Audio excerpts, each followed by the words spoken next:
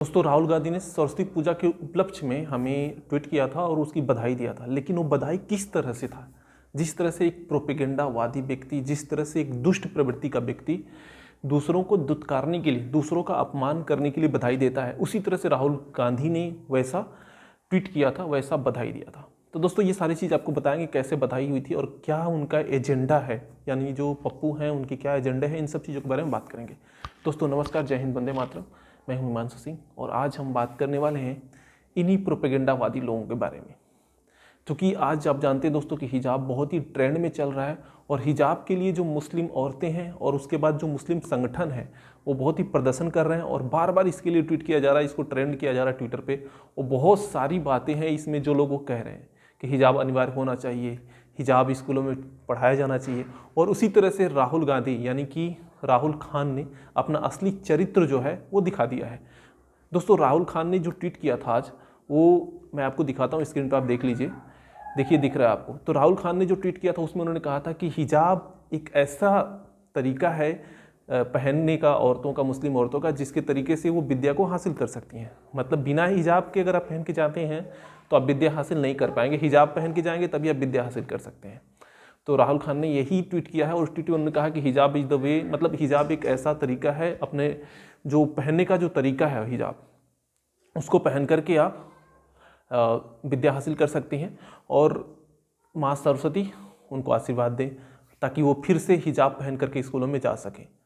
मतलब ये कौन सा दोगलापन है, समझ में नहीं आता है। क्योंकि हमारा जो देश है वो सेकुलर देश है, मतलब एक सार्वभौम देश है जिसमें सभी धर्मों को एक समान मान्यता दी गई है। लेकिन है नहीं, मान्यता बस कहा गया है संविधान में, लेकिन सबको एक समान मान्यता नहीं दी गई है। मतलब जो मुस्लिम लड़कियां हैं अगर वो हिजाब पहन के जाती हैं तो जो हिंदू लड़कियां हैं उनको भी वहाँ पे अपने जो धार्मिक परिधान उसको पहन करके जाना चाहिए। लेकिन अगर हिंदू लड़कियां वहाँ पे धार्मिक परिधान पहन करके जाएंगी तो राहुल खान को बुरा लग जाएगा। और दूसरी बात, मैं एक खूबी बताता हूँ कि जब भी हिंदू त्यौहार होता है तो राहुल खान ऐसे ही ट्वीट करता है। मतलब हमेशा जो हिंदू त्यौहार होता है उसमें वो खलल डालने के लिए, उसको अनभिज्ञ बनाने के लिए, ताकि वो लोगों के सामने बुरा प्रतीत हो, ऐसा दिखाने की वो कोशिश करता है।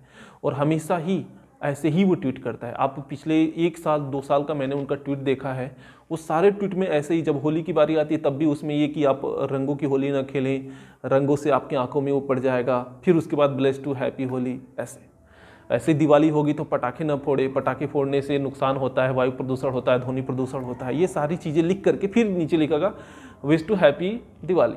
मतलब हर चीज़ में वो चूतिया बनाता है हिंदुओं को। मतलब उसको लगता है कि नहीं, हिंदू जो है चूतियाँ हैं, वो कुछ भी समझते नहीं हैं, उसको ऐसा लगता है और इसीलिए वो हर ट्वीट में ऐसा ही करता है। लेकिन जब दूसरे धर्मों की बात आती है, जैसे इस्लाम का अगर ईद आएगा तो शॉर्ट लाइन में विश टू हैप्पी ईद, बस काम खत्म। अगर ईसाइयों का आता है, ईसा मसीह का, wish to happy Isa Masih. मतलब जो भी दूसरे धर्मों के हैं उसके लिए उसकी जो ट्वीट्स होते हैं वो अलग होते हैं और हमारे लिए अलग होते हैं। मतलब एक तरह से आप समझ लीजिए कि वो एक प्रोपेगेंडावादी है, वो एक एजेंडा लेकर के चल रहा है। और कौन सा एजेंडा? तो वो इस्लाम को बढ़ाने के लिए, वो ईसाइयों को बढ़ाने के लिए वो एक एजेंडा लेकर के चल रहा है।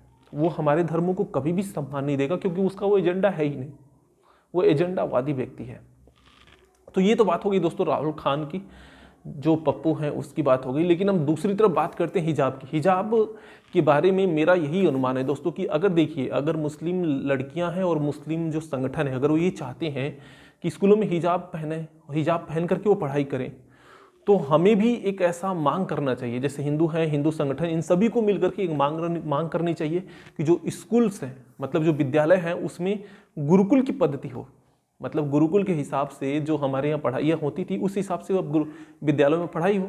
कोई दिक्कत नहीं, तुम मुसलमान हो तुम हिजाब पहन के आओ, तुम ईसाई हो अपने धर्म के अनुसार पहन के आओ, कोई दिक्कत नहीं हमें। लेकिन जितने भी हिंदू होंगे वो सारे के सारे लोग अपने धर्म के अनुसार यानी गुरुकुल पद्धति के अनुसार पढ़ाई करेंगे।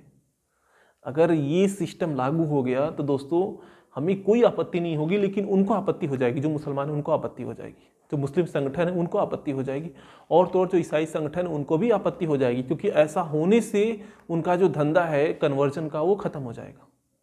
जो मतांतरण करते हैं हिंदुओं का वो उनका साफ साफ खत्म हो जाएगा। क्योंकि अगर गुरुकुल पद्धति लागू हो गई तो हमारे धर्म में जो गीता है, रामायण है, जो रामचरितमानस है, महाभारत है, वेद हो गया, उपनिषद हो गया, इन सब की पढ़ाई होगी। मनुस्मृति हो गया, इन सब की पढ़ाई होने लगी। और जब इन सब की पढ़ाई होगी तो हमारे जो बच्चे होंगे, हमारे जो छात्र होंगे हिंदुओं के, वो इतने बौद्धिक रूप से इतने धनवान हो जाएंगे कि उनके ऊपर उन सभी प्रोपेगेंडावादियों का, उस सभी मंत्रांतरण करने वालों का कोई भी असर नहीं होगा। और हमारे जो बच्चे होंगे वो बहुत ही भौतिक रूप से और बहुत ही बौद्धिक रूप से और आध्यात्मिक रूप से बहुत ही धनी हो जाएंगे और इनसे कई गुना आगे वो बढ़ पाएंगे। तो अगर आप ऐसा मांग करते हैं तो अपने आप वो हिजाब को लाना बंद कर देंगे। तो अगर आप चाहते हैं कि नहीं वो हिजाब की मांग ना करें, वो बुर्का की मांग ना करें, तो आप फटाक से गुरुकुल पद्धति की मांग करना शुरू कर दीजिए। आप साफ साफ बोलिए कि नहीं, अगर ठीक है तुम हिजाब की मांग करते हो कोई बात नहीं, हमें भी गुरुकुल पद्धति चाहिए।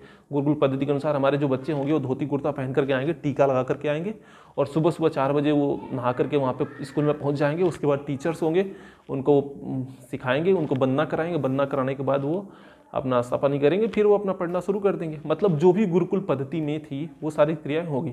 सुबह उठने के बाद 6 बजे के बाद वो अपना गीता, रामायण, श्रीमद् भगवत गीता, जितनी भी स्मृतियां हैं, जितनी भी चीज़ें हैं, उपनिषद हैं, सबकी वो पढ़ाई करेंगे। उसके बाद 9 बजे से अपना वो जो सामान्य दिनों के अनुसार जो पढ़ाइयाँ होती हैं इस विद्यालय में, वो पढ़ाइयाँ होंगी। तो बस आप इतना मांग करना शुरू कर दीजिए। देखिए उसके बाद कैसे जितने भी हिजाब वाले हैं वो भागते फिरेंगे, आपके सामने कभी टिकेंगे ही नहीं।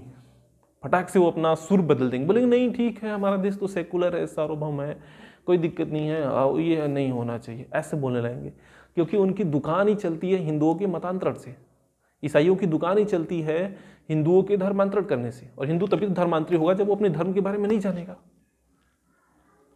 आज जब अपने धर्म के बारे में आप जान जाएंगे कि नहीं हमारे धर्म में जातियां हैं ही नहीं, हमारे धर्म में एक दूसरे से एक दुश्मनी करना लिखा ही नहीं है, हमारे धर्म में तो साफ साफ लिखा हुआ कि आप खुद को प्राप्त करो, आत्मा को प्राप्त करो, जरूरत क्या है ये सब सारी चीज़ें फालतू चीज़ें करने की, है ही नहीं हमारे धर्म में।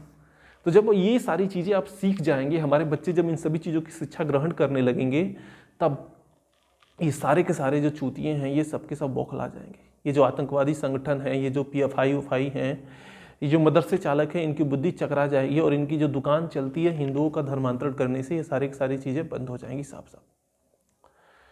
तो मैं बस साफ साफ ये कहता हूँ, देखिए मैं कोई आरोप नहीं लगा रहा हूँ, ये सारी चीज़ें हकीकत हैं और हकीकत चीज़ों को ही हम सामने लेके आ रहे हैं। तो ये जो दुकान उनकी चलती है, ये दुकान पूरी तरह से बंद हो जाएगी और उसके बाद जब इनकी दुकानें बंद हो जाएगी तो समझिए कि भारत कितना समृद्ध हो जाएगा, आध्यात्मिक रूप से और भौतिक रूप से भी।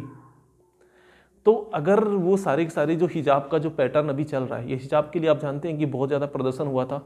अब वीडियो भी मैंने इसमें दे दूंगा, बीच में आप देखते हैं, वीडियो भी देख लीजिएगा। वीडियो भी उनके जब वो हिजाब पहन के आ रहे थे, उनको जो स्कूल है कर्नाटक के, उन्होंने साफ साफ अंदर लेने से मना कर दिया था।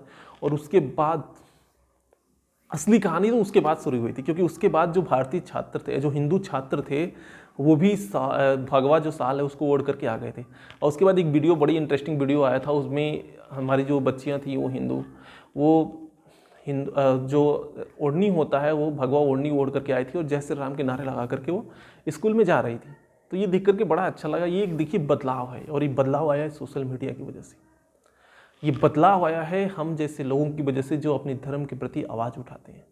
ये बदलाव आया है उन सभी शुभचिंतकों की वजह से जो अपने धर्म के प्रति जागरूक हैं, उन सभी पार्टियों की वजह से जो अपने धर्म को लेकर के चलती हैं। और ये बदलाव की सबसे बड़ी जो वजह है वो हिंदू जनमानस है, जो कि अब जाग रहा है। अभी मेरा जो अनुमान है दोस्तों कि अभी 50% ही हिंदू है जो अपने धर्म को देख करके वोट करता है। बाकी अभी 50% लोगों को जगाना है और उसके लिए कड़ी मेहनत करनी पड़ेगी। तो ये जो प्रोपेगेंडावादी हैं, जो धर्मांतरण करते हैं, जो मंदादन करते हैं, इनकी दुकान तुरंत बंद हो जाएगी अगर आप हिजाब के बदले आप ये बोल दें कि नई गुरुकुल पद्धति लागू हो। देखिए इनकी दुकान कैसे बंद हो जाती है। तो दोस्तों उम्मीद है कि आपको ये सारी चीज़ें समझ में आ गई होंगी और एक सॉल्यूशन देने का मैंने प्रयास किया है। अगर आपको अच्छा लगा हो तो चैनल को लाइक कीजिएगा, सब्सक्राइब कीजिएगा, शेयर कीजिएगा। जय हिंद, वंदे मातरम।